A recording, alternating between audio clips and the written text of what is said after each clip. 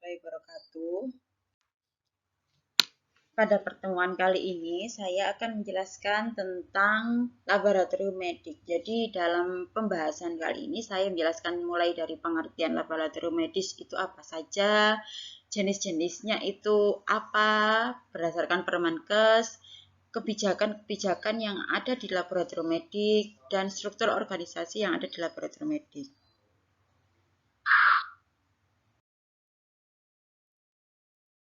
Nah, yang pertama ini kita membahas tentang definisi dan ruang lingkup. Jadi, laboratorium itu apa sih? Jadi, laboratorium adalah suatu ruangan atau kamar tempat melakukan kegiatan praktek atau penelitian yang ditunjang oleh adanya seperangkat alat-alat serta adanya infrastruktur laboratorium yang lengkap. Jadi di sini dijelaskan laboratorium secara umum. Jadi laboratorium ini merupakan suatu tempat untuk praktek atau penelitian. Nah, selanjutnya laboratorium klinik itu apa? Laboratorium klinik ini bisa kita sebut dengan laboratorium medik juga ya, sama istilahnya dan artinya sama, apa artinya sama? Perbedaan di klinik sama medik sama saja sebenarnya. Jadi laboratorium klinik adalah laboratorium kesehatan. Ini berfokus pada kesehatan yang melaksanakan pelayanan pemeriksaan di bidang hematologi, kimia klinik, mikrobiologi klinik, parasitologi klinik, imunologi klinik, atau bidang lainnya yang berkaitan dengan kepentingan kesehatan perorangan terutama untuk menunjang upaya diagnosis penyakit, penyembuhan penyakit, dan pemulihan kesehatan. Jadi dalam pengertian ini saya ambil dari Permenkes nomor 411 tahun 2010. Jadi ini menjelaskan tentang laboratorium klinik itu laboratorium kesehatan. Jadi laboratorium yang digunakan untuk pengujian-pengujian di bidang kesehatan. Itu secara singkatnya ya. Tapi kalau pengertian secara lengkapnya dari Permenkes itu yang seperti ini. Sedangkan yang di atas ini laboratorium secara umum. Nah, dari kedua definisi ini maka dapat kita kesimpulan bahwa laboratorium klinik adalah sebuah tempat di mana di dalamnya terdapat instrumen, peralatan, serta bahan dan regen yang digunakan untuk pemeriksaan laboratorium dengan menggunakan spesimen biologis sebagai penunjang diagnosis penyakit dan pemulihan kesehatan. Itu.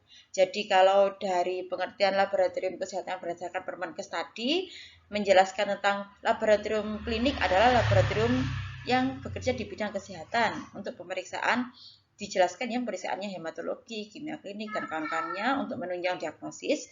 Kalau secara umumnya di sini saya ambil gabungan dari dua definisi antara laboratorium umum dan laboratorium klinik.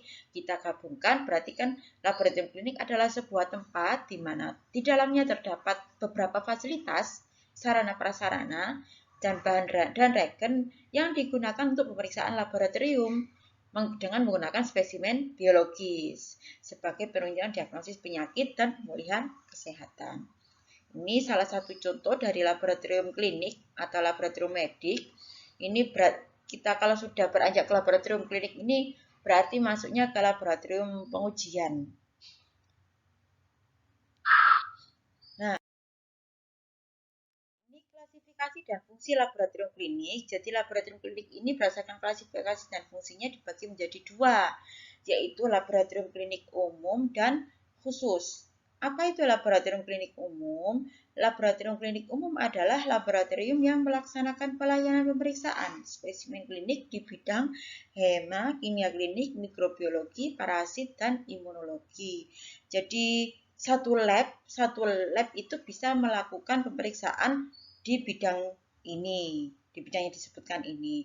Nah, kalau laboratorium khusus itu adalah laboratorium yang melaksanakan pemeriksaan spesimen klinik pada satu bidang pemeriksaan saja. Jadi khusus. Kalau dalam laboratorium klinik umum ini kan bisa melaksanakan pemeriksaannya di bidang-bidang ini ya, bidang-bidang pemeriksaan ini. Tapi kalau laboratorium klinik khusus itu satu saja, satu jenis satu bidang pemeriksaan. Jadi misal laboratorium klinik hematologi, laboratorium kimia klinik itu ada sendiri. Gitu. Nah, di sini laboratorium klinik umum tersendiri itu dibagi lagi. Jadi laboratorium kan tadi secara garis besarnya ada dua, laboratorium klinik umum dan khusus. Nah, yang umum dibagi lagi menjadi tiga. Ini berdasarkan levelnya ya, level pemeriksaannya. Jadi yang pertama ini laboratorium klinik umum Pratama. Ini laboratorium klinik umum yang paling sederhana. Jadi melaksanakan pelayanan laboratorium klinik dengan kemampuan pemeriksaan terbatas dengan teknik sederhana. Jadi misalkan urinalisa yang menggunakan jari celup, yang tidak menggunakan instrumen-instrumen yang menggunakan teknologi tinggi itu masuk ke arah klinik umum Pratama. Kemudian pada tahap selanjutnya yang lebih besar lagi itu kita namakan laboratorium klinik umum Madya. Ini yang levelnya lebih tinggi daripada Pratama. Di sini bedanya adalah pada laboratorium klinik Madya ini mampu melakukan pemeriksaan imunologi dengan teknik sederhana. Tuh, kalau dalam klinik Pratama itu tidak bisa melakukan pemeriksaan imunologi. Selanjutnya, pada tahap selanjutnya, ini yang sudah paripurna ya levelnya atau sudah lebih tinggi lagi, ini kita sebut dengan laboratorium klinik umum utama. Jadi, laboratorium klinik umum utama ini mampu melaksanakan pelayanan laboratorium klinik dengan kemampuan pemeriksaan yang lebih lengkap daripada laboratorium klinik umum Madya. Dan tekniknya sudah menggunakan teknik automatik atau menggunakan instrumen dengan teknologi yang canggih. Misalkan kalau dalam laboratorium klinik umum Madya itu menggunakan fotometer,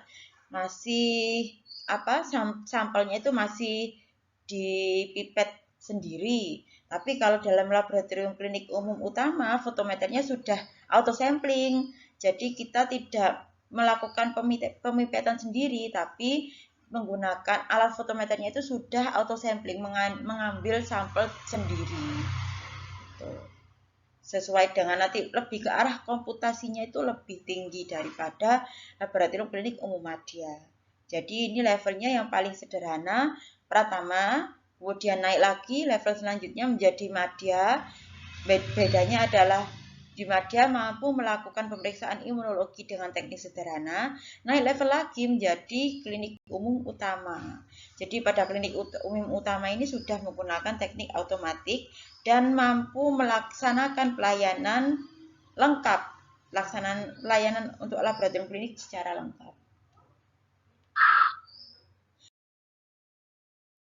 Untuk laboratorium klinik khusus ini dibagi menjadi beberapa bidang, jadi sesuai dengan bidang-bidang pada pemeriksaan.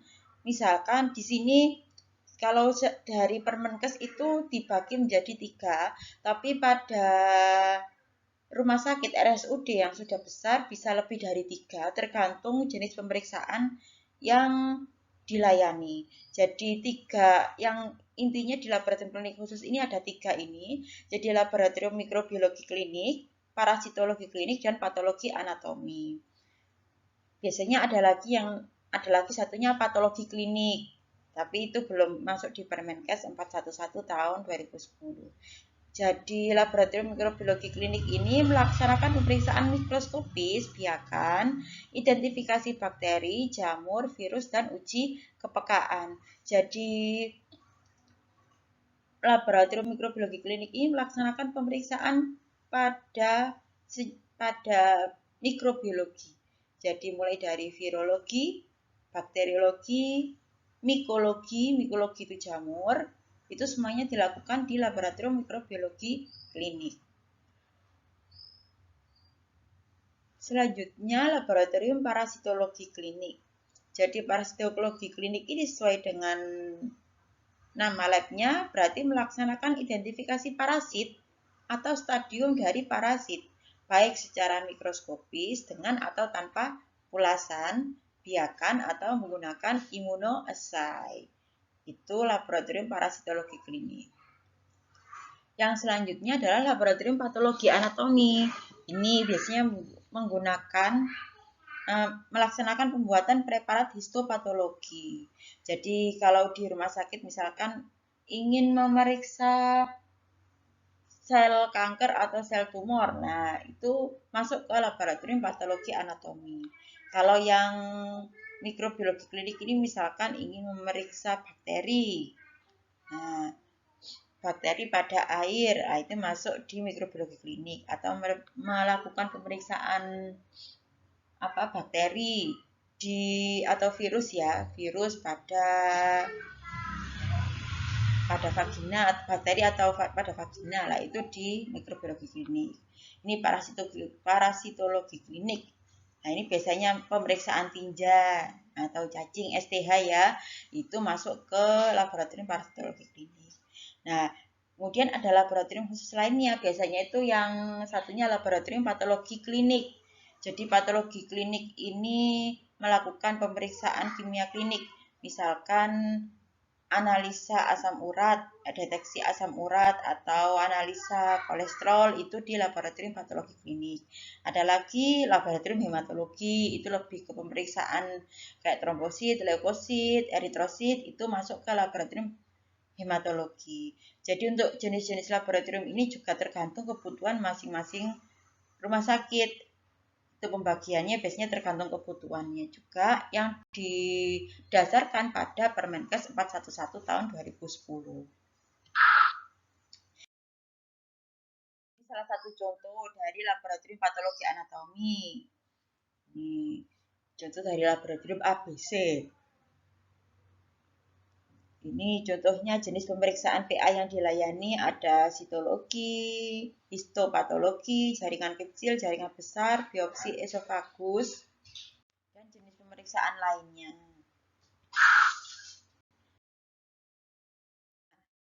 Laboratorium klinik itu harus memiliki kebijakan. Jadi kebijakan ini digunakan untuk dasar operasional sehari-hari dari laboratorium medik atau klinik. Karena kalau kita tidak memiliki kebijakan, maka operasional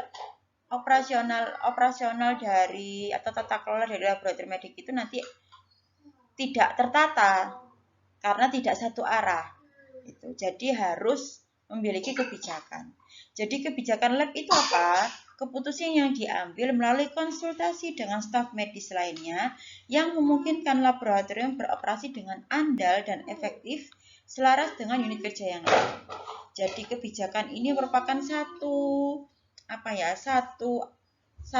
arahan yang bisa membuat kinerja setiap unit itu selaras, sinkron. Nah, itu kita mengacu pada kebijakan.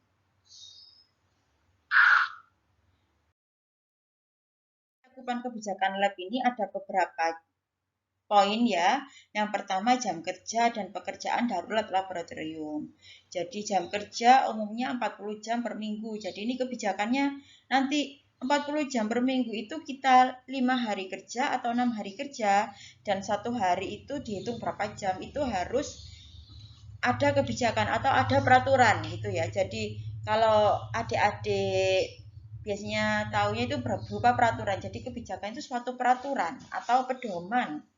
Jadi misalkan ini kita memutuskan 1 minggu 40 jam sesuai dengan peraturan ketenaga kerjaan. Nah, itu dalam kebijakan atau pedoman atau peraturan itu dijelaskan 40 jam ini hitungannya 40 jam ini dalam 6 hari kerja atau 5 hari kerja. Dan 1 hari itu berapa jam? Misalkan lab kita beroperasi 5 hari saja, berarti perharinya ada 8 jam kerja, dari 40 jam dibagi 5 hari. Misalkan 40 jam ini per minggu itu kita 6 hari kerja. Berarti bisa 1 hari itu kita bagi 40 bagi 6 itu kan enggak bisa rata ya. Jadi bisa nanti hari Sabtunya itu cuma 5 jam kerja, atau hari Jumat 6 jam kerja. Jadi dibaginya itu 7 atau 8, Senin sampai Kamis dibuat 8 jam. Tapi itu semua pembagian itu tergantung dari kebijakan masing-masing lab. Dan kebijakan itu tidak boleh diputuskan sendiri, harus melalui rapat bersama. Rapat dari si pemilik laboratorium, mulai dari sampai pelaksananya, kepala, dan sampai staf medis yang ada di lapangan. Karena yang mengetahui, karena kan harus mensinkronisasikan, mengintegrasikan antara keinginan pemilik lab dengan pimpinan lab dan staf yang ada di lapangan. Nah, itu harus ada rapat. Jadi penentuan kebijakan ini tidak boleh langsung, misalkan ini saya mau buat laboratorium A. Saya ini kan pemilik, jadi langsung menetapkan seperti ini nih. Tapi harus ada rapat bersama dengan staf medis yang ada di lapangan. Karena kan yang tahu jam pelayanan, nanti perkiraannya ini sampelnya yang datangnya yang banyak itu di hari-hari apa lah, itu kan nanti bisa kita rembukan. Nah, ini untuk penentuan jam kerja ini biasanya untuk lab-lab yang masih baru ya. Tapi kalau lab-lab yang terutama yang sudah sudah lama, berarti kan sistemnya sudah pakem di situ. Nah, itu untuk laporan, untuk staf medis biasanya langsung mengikuti dari sistem yang sudah pakem. Jadi ini kalau misalkan diminta buat lab baru, berarti harus ada buat kebijakan. Nah, pembuatan kebijakan itu harus ada rapat.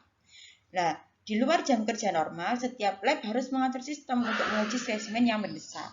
Jadi ini juga di luar jam kerja normal itu juga harus diatur. Jadi biasanya kalau di lab ini kan ada shift-shiftan lah, shift pagi, siang, malam. Nah, itu juga harus diatur. Berapa yang di shift pagi, shift siang, malam. Nah, itu tergantung dari banyaknya sampel ya yang harus dilayani. Rentang tes yang kedua ini rentang tes yang akan dilakukan dan yang harus dirujuk ke level yang lebih tinggi. Nah, rentang tes yang akan dilakukan dan yang harus dirujuk ke level yang lebih tinggi dalam beberapa kasus. Seringkali laboratorium tidak memiliki peralatan atau sumber daya yang memadai untuk melakukan pemeriksaan laboratorium. Jadi hal ini memungkinkan dilakukannya pemeriksaan di lab lain. Misalkan ini suatu rumah sakit A mau melakukan pemeriksaan PCR atau swab ya dari COVID. Ternyata di laboratorium punya rumah sakit A itu tidak memiliki PCR. Maka tes ini bisa dirujuk ke laboratorium yang lebih tinggi levelnya. Nah, ini biasanya ada yang namanya kita namakan dengan MOU. Ya, MOU ini jadi Memorandum of Understanding. Jadi ada MOU, ada MOA, Memorandum of Agreement. Jadi kerjasama itu diterapkan dalam namanya MOU dan MOA. Jadi laboratorium rujukan yang lebih tinggi ini kita harus melakukan kerjasama terlebih dahulu untuk merujuk sampel dari tempat kita ke laboratorium dengan level yang lebih tinggi. Itu tidak apa-apa. Jadi kita tidak boleh melakukan analisa sampel yang laboratorium tersebut tidak mampu sarana prasarananya. Jadi kalau tidak punya PCR, kita mau melakukan analisa PCR, kan nggak mungkin ya. Kita melakukannya menggunakan apa? Jadi itu harus merujuk ke laboratorium dengan level yang lebih tinggi. Dan proses rujukan itu juga sebelumnya harus disertai dengan MOU dan MOE. Nah, faktor yang mempengaruhi rentang tes pada setiap lab medis itu ada 4 faktor. Jadi jumlah staf yang tersedia, ketersediaan sumber daya material, jenis institusi kesehatan, ini jenisnya ini rumah sakit atau pusat kesehatan masyarakat, atau jenisnya laboratorium klinik ya, yang swasta. Kemudian rujukan spesimen jika perlu. Jadi misalkan deteksi HIV, contohnya deteksi bakteri pada air, itu bisa kita menggunakan sistem rujukan. Jadi ini contoh dari sistem rujukan berjenjang.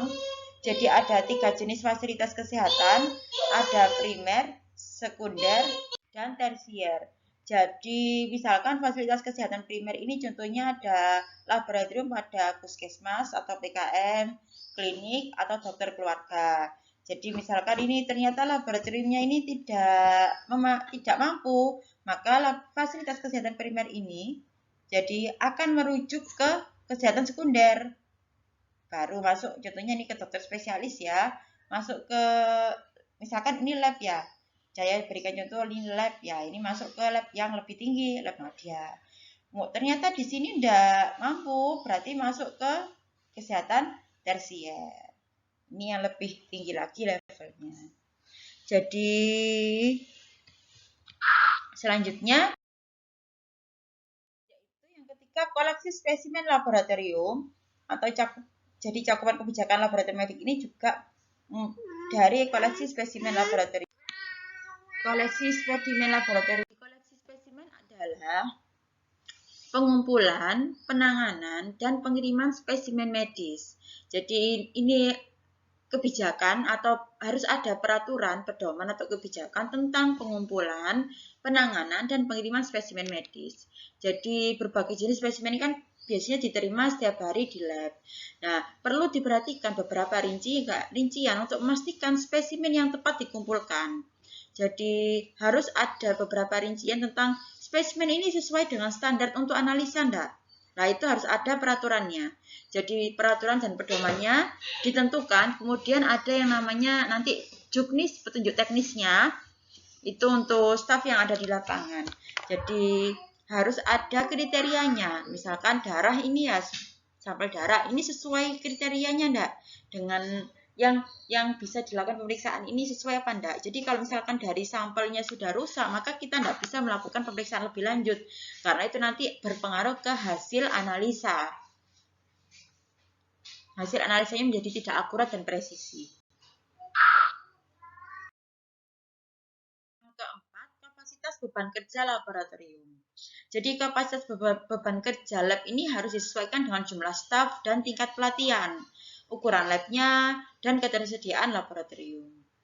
Jadi idealnya ini pekerjaan mikroskopik yang universal untuk semua tingkat laboratorium per hari, tidak boleh melebihi total 4 jam. Contohnya ini pada laboratorium puskesmas ya, laboratorium puskesmas itu kan biasanya kecil ya, jumlah stafnya dan peralatannya juga terbatas. Maka di laboratorium puskesmas ini tidak dapat mengerjakan pemeriksaan laboratorium yang bersifat khusus seperti imunoserologi.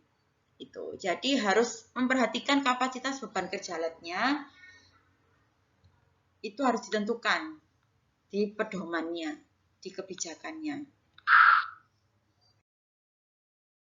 Yang selanjutnya yang kita bahas adalah struktur organisasi dan staf laboratorium medik. Jadi struktur organisasi ini penting karena itu nanti menentukan tupoksi atau tugas pokok setiap si. Dan bagaimana koordinasi dalam sehari-hari itu garis koordinasi itu bagaimana. Dan efisiensi dari birokrasi itu juga tergantung pada struktur organisasi. Itu sangat tergantung sekali. Jadi struktur organisasi itu apa sih? Struktur organisasi adalah bagaimana pekerjaan dibagi, dikelompokkan dan dikoordinasikan secara formal. Jadi struktur yang menentukan bagaimana pekerjaan itu dibagi, dikelompokkan dan dikoordinasikan secara formal, secara resminya. Jadi struktur organisasi ini harus ada, ditetapkan harus ada SK, surat keputusan. Jadi dalam sebuah organisasi, pembagian pekerjaan menjadi sebuah keharusan, sebab tidak mungkin satu orang mengerjakan seluruh pekerjaan dalam waktu yang bersamaan. Maka harus ada yang namanya pimpinan. Ya, pimpinan itu sebagai pemersatu. Kita satu visi, nah, itu harus yang mensinkronisasi dari setiap unit supaya satu visi itu adalah seorang pimpinan. Elemen kunci struktur organisasi ini ada beberapa macam. Yang pertama, spesialisasi pekerjaan. Jadi pembagiannya itu harus disesuaikan dengan keahlian atau kompetensi khusus yang dimiliki oleh karyawan dalam mengerjakan tugas-tugasnya. Jadi bagi itu tidak boleh asal bagi ya, tapi harus disesuaikan. Jangan sampai seorang perawat ditaruh di laboran atau laboran dibalik taruh di bagian perawat. Nah itu makanya harus pertimbangkan spesialisasi pekerjaannya, kompetensi khususnya. Kemudian yang kedua adalah departementalisasi, yaitu untuk mengelompokkan pekerjaan secara bersama-sama. Jadi di sini mulai dibentuk bidang-bidangnya. Jadi tadi sudah dilihat ini orang-orang yang kompetensi khususnya itu apa saja. Kemudian kita membagi departemen atau bidang-bidang yang kita perlukan dalam struktur organisasi dalam laboratorium tersebut. Yang ketiga adalah rantai komando. Jadi rantai komando ini penting. Jadi rantai komando ini menjelaskan tentang garis wewenang, tentang garis koordinasi. Koordinasinya ini nanti kemana? Ini nanti levelnya ini lebih ke arah koordinasi atau bisa memberikan pekerjaan ya, memimpin. Jadi garis wewenang tanpa putus yang membentang dari puncak organisasi ke eselon paling bawah dan menjelaskan siapa bertanggung jawab kepada siapa. Itu namanya rantai komando. Jadi rantai komando itu garis wewenang tanpa putus, jadi langsung lurus ya, dari struktur organisasi yang paling tinggi, pimpinan, sampai ke unit yang paling bawah. Jadi nanti ini menjelaskan siapa yang bertanggung jawab kepada siapa. Misalkan kabak, kepala bagian bertanggung jawab kepada stafnya, kepada subbagiannya. Subbagian bertanggung jawab kepada stafnya.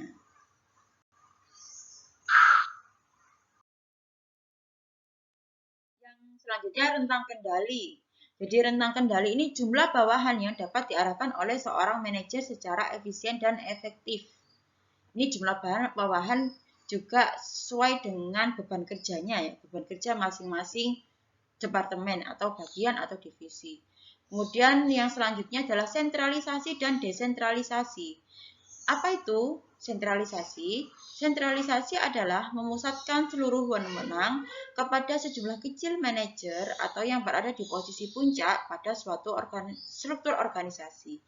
Yang kedua, desentralisasi itu apa? Desentralisasi adalah pendelegasian wewenang dalam membuat keputusan dan kebijakan kepada manajer atau orang-orang yang berada pada level bawah. Itu namanya desentralisasi, itu pembagian pekerjaan. Kalau sentralisasi itu pemusatan. Jadi misalkan ini untuk pembuatan kebijakan itu ke arah pemusatan. Jadi kan harus beberapa orang harus jadi satu visi. Pembentukan suatu visi lab. Nah, itu namanya sentralisasi. Desentralisasi itu pembagian pekerjaan sesuai dengan kompetensinya. Itu desentralisasi. Yang selanjutnya adalah formalisasi.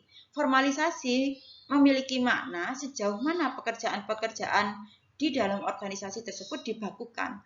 Jadi formalisasi itu suatu dokumen atau pekerjaan-pekerjaan itu dibakukan atau dilegalkan secara hukum. Ada tanda tangannya, jadi itu yang namanya formalisasi. Karena dokumen-dokumen yang ada di organisasi, tidak hanya di laboratorium ya, semua organisasi pasti harus ada dokumen formalnya. Jadi dokumen formal itu nanti pemberlakuannya menjadi bersifat legal secara hukum.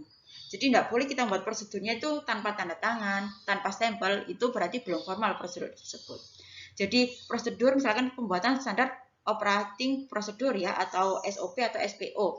Bisa bahasa Indonesia, bisa bahasa Inggris. Setiap SPO harus ada tanda tangan pengesahan. Jadi setelah ada tanda tangan pengesahan, maka baru bisa kita aplikasikan di lapangan. Ini nanti berhubungan dengan mutu. Manajemen, sistem manajemen mutu laboratorium nanti akan dipelajari pada manajemen laboratorium. Nah, selanjutnya adalah desain organisasi. Jadi ada berbagai macam desain organisasi atau desain dari struktur organisasi. Ini tergantung, untuk penentuan desain ini tergantung dari kapasitas labnya, level laboratoriumnya, SDM-nya berapa banyak, itu juga menentukan dari desain struktur organisasi. Jadi ini yang pertama adalah struktur sederhana. Jadi struktur sederhana ini contohnya di sini bisa pimpinan ya, atau ownernya, kemudian owner ini mendelegasikan kepada staff, kepala lab, bisa berupa kepala lab. Nah, kepala lab ini langsung membawahi per bidang, sekretaris, admin, customer service, security, office boy, ini langsung berkoordinasinya dengan staff ini. Ini biasanya kalau di organisasi yang kecil itu menggunakan struktur yang sederhana seperti ini.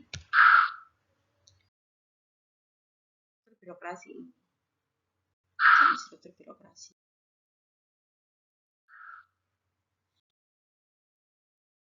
Ini fungsi struktur organisasi. Jadi struktur organisasi ini berfungsi untuk menjelaskan. Jadi ada kejelasan tanggung jawab masing-masing bagian itu apa saja, kejelasan kedudukan. Jadi kedudukannya, karena adanya struktur organisasi, kita jelas kedudukan kita itu sebenarnya atasan kita siapa. Ada atasan langsung kan, ada atasan langsung, ada tak langsung. Jadi kita ini posisinya di manajemennya di level mana ini. Itu. kejelasan mengenai jalur hubungan, jadi kita bisa hubungannya berupa koordinasi atau langsung komando ke atas itu bagaimana, laporannya ke siapa. Kejelasan uraian tugas itu juga fungsi dari struktur organisasi.